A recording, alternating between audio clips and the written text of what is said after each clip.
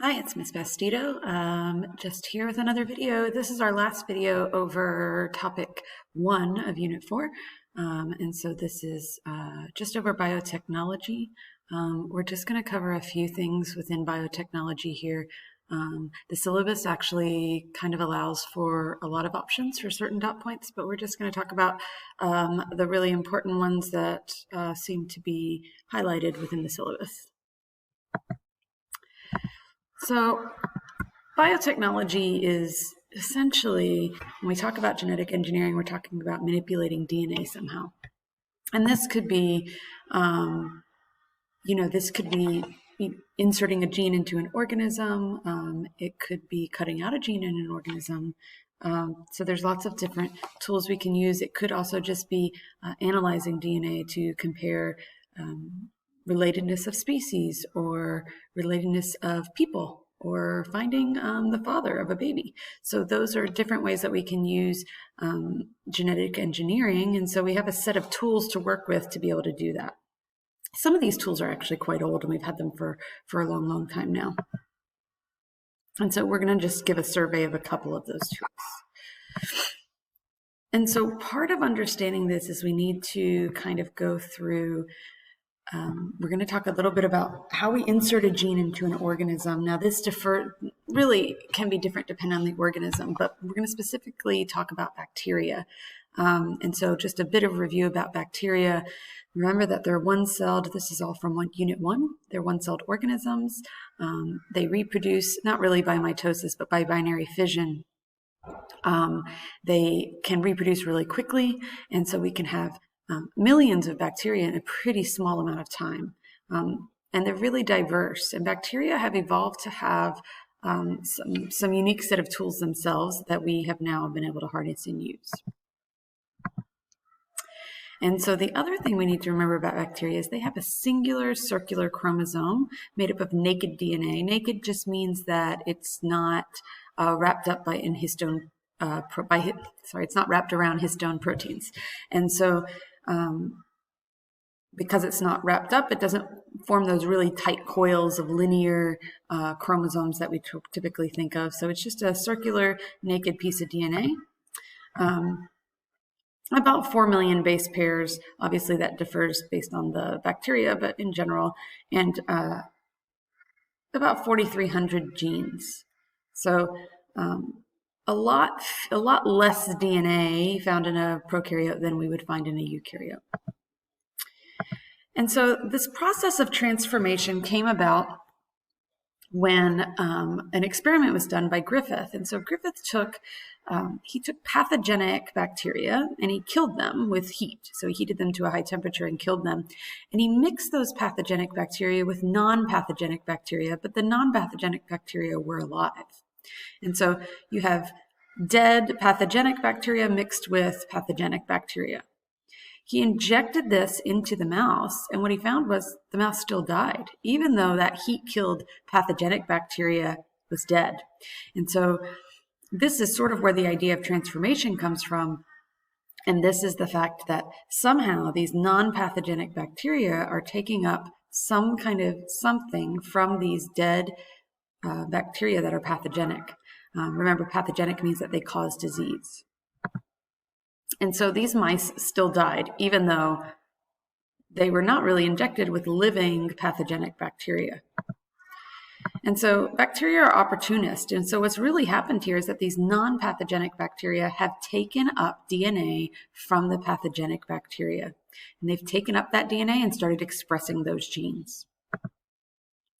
And so bacteria themselves will have transport proteins that can take in this naked DNA. Oftentimes this is in the form of plasmids. And so they'll import bits of chromosomes, some of that naked DNA from other bacteria into themselves. And this is one way that bacterial antibiotic resistance can spread as well. And so they'll incorporate it either into their own chromosomes, or if it's a plasmid, they'll just have it separate and we'll just start expressing the gene. And they start expressing that gene. And so now we've basically made this non-pathogenic bacteria has now become pathogenic. This process is called transformation.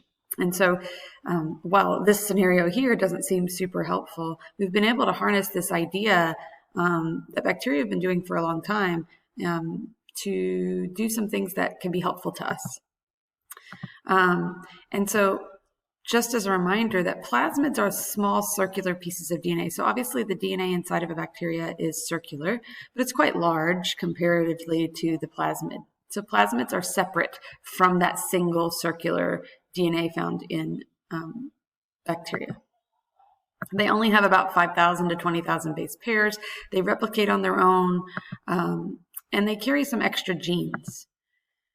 And those genes, these plasmids will be taken up by bacteria as well. Some genes that they could carry are like for antibiotic resistance. And so if a bacteria takes up this plasmid and it has an antibiotic resistant gene in it, it'll start expressing that. And we did a transformation prac where we actually got bacteria to uptake a antibiotic resistant gene along with that p-gal plasmid that would turn blue in the presence of X-gal. So remember that our bacteria turned blue, and that was because they had taken in the plasmid. And so these plasmids can be exchanged between bacteria, or they can just be taken up from the environment around them if they've been released by other bacteria.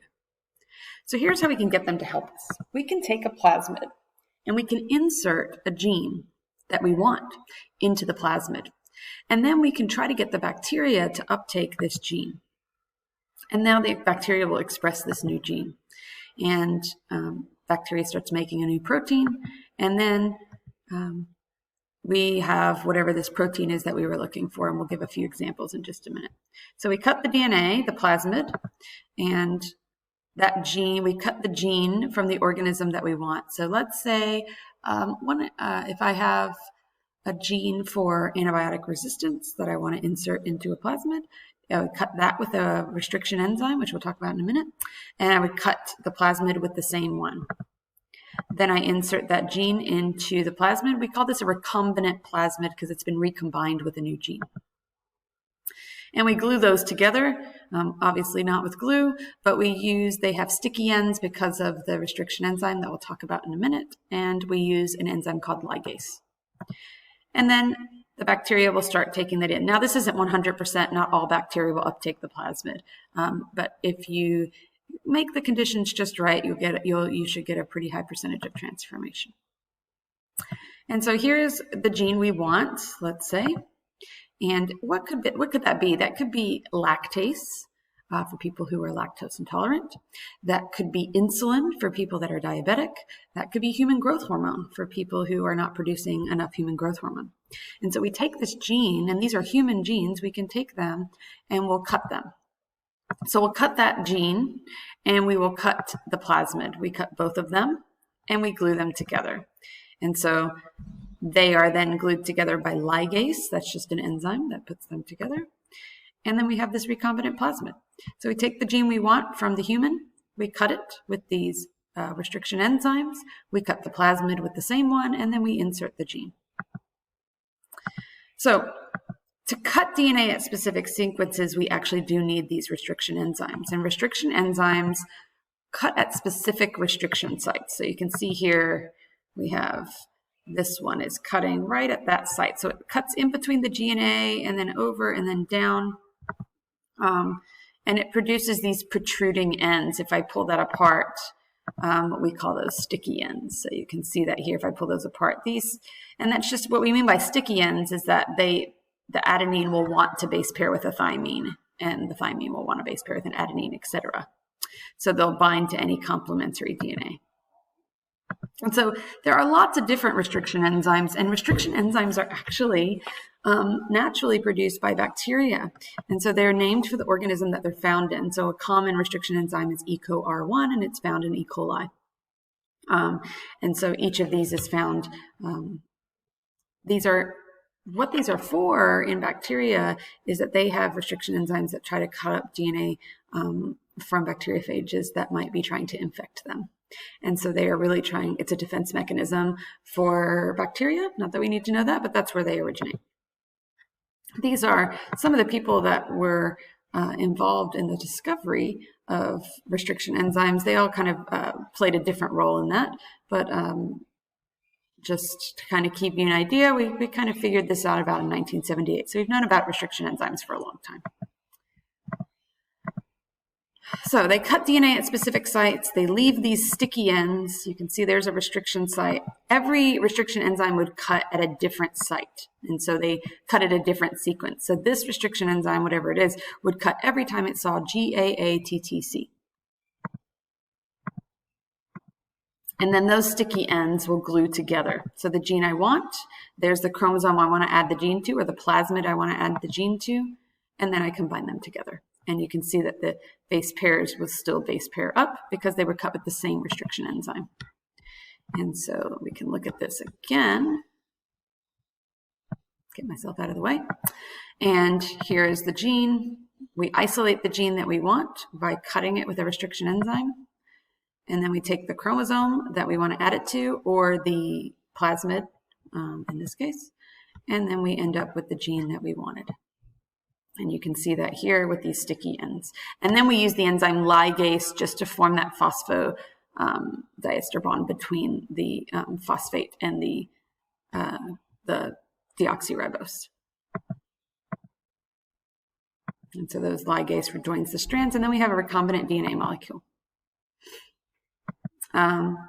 The reason that we can do this is because the genetic code is universal. And so in every organism on Earth, you know, the amino acid that's coded for by the codon from the mRNA is the same in every organism on Earth. So AUG will always code for methionine, no matter if you're in a bacteria, if you are in a butterfly, it doesn't really matter. It will still code for the same amino acid. And that's why we're able to take human insulin, insert it into a plasmid, give it to a bacteria. The bacteria will start making human insulin, and it makes it exactly the same way that we would.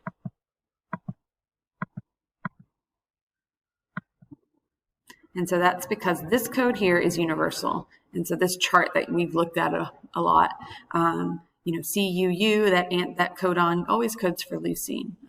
Obviously, this isn't the DNA, this is the mRNA, but the DNA codes for the mRNA, and so that would still hold true. And so in this process of transformation, just to recap, we insert the recombinant plasmid into the bacteria.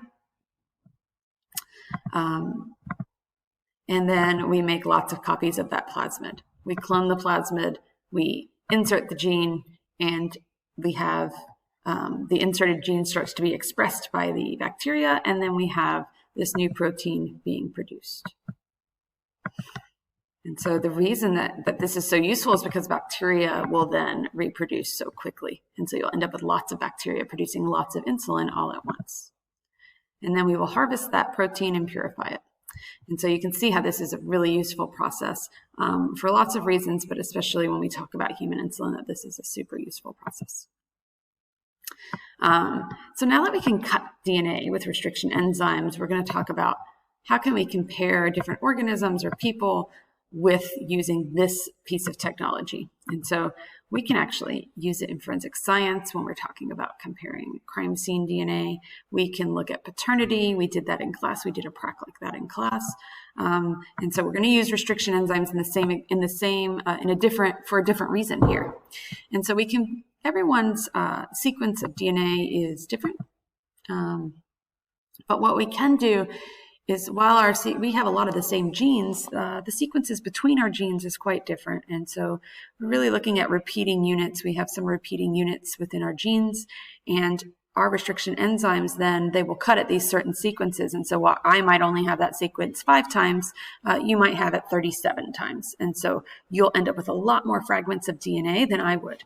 And so we call this a gel electrophoresis, but when we do this, we're not really comparing my A's, T's, C's, and G's to yours. Instead, although we can do that, instead what we're doing is comparing fragment size. And so we're cutting with a restriction enzyme to look at the fragment size. And so we use an agarose gel to run that through. And we call this gel electrophoresis. And you can see this is an example of one, but we'll kind of talk about how the process works. And so DNA has a slightly negative charge, and this negative charge is due to this phosphate here.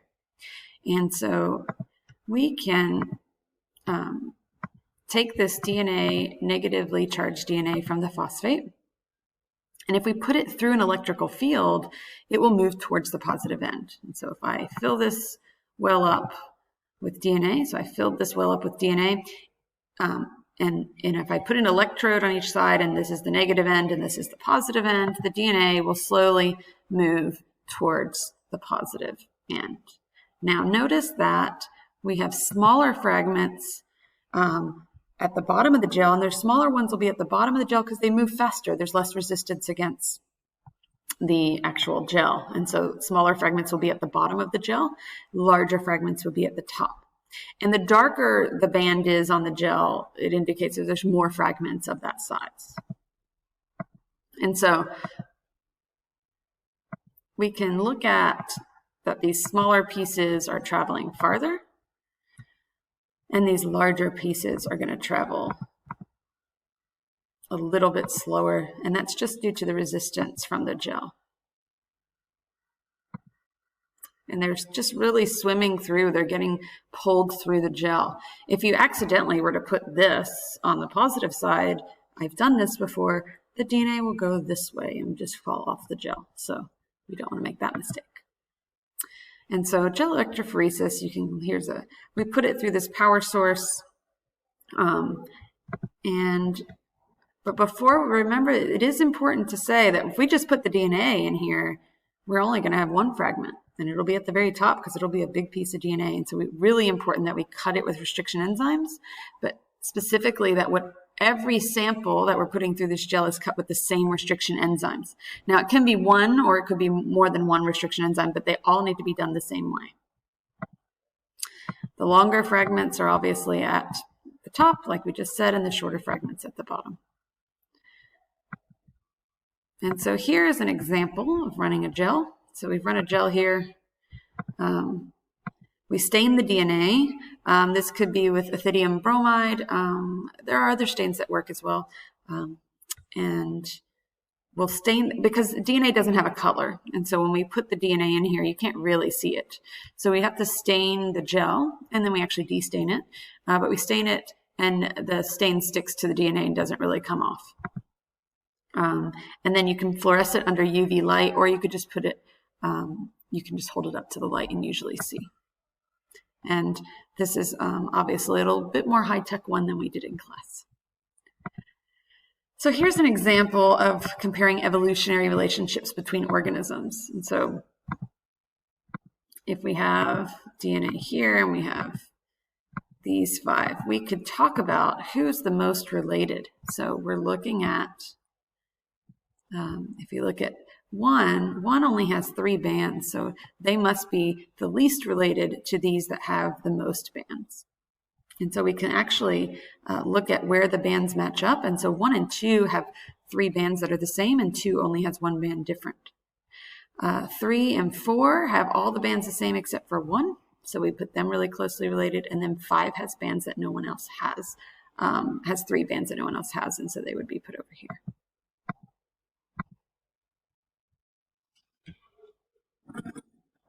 And this would be the turtle, a snake, a rat, a squirrel, and a fruit fly. So obviously the fruit fly having been the least related to these others. We can also use it in medical diagnostics to test for Huntington's disease. So you're looking for a specific allele.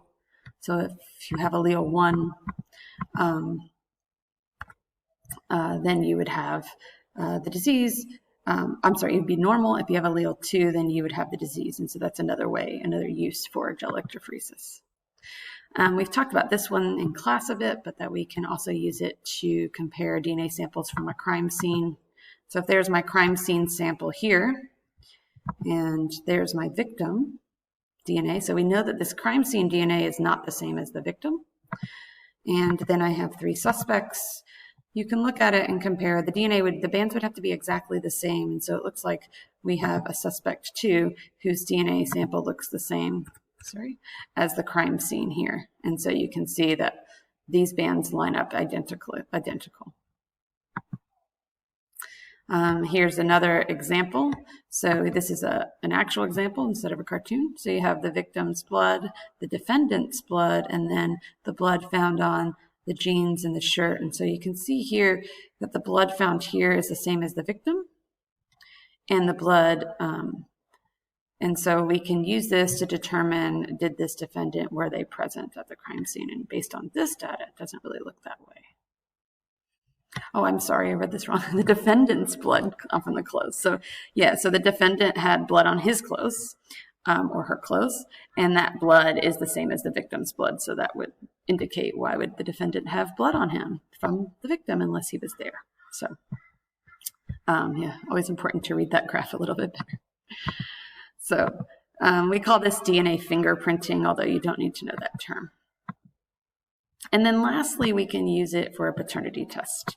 And so who's the father? So we have to use the mom and the child first. So any band that the child does not get from the mother, they must have gotten from their father.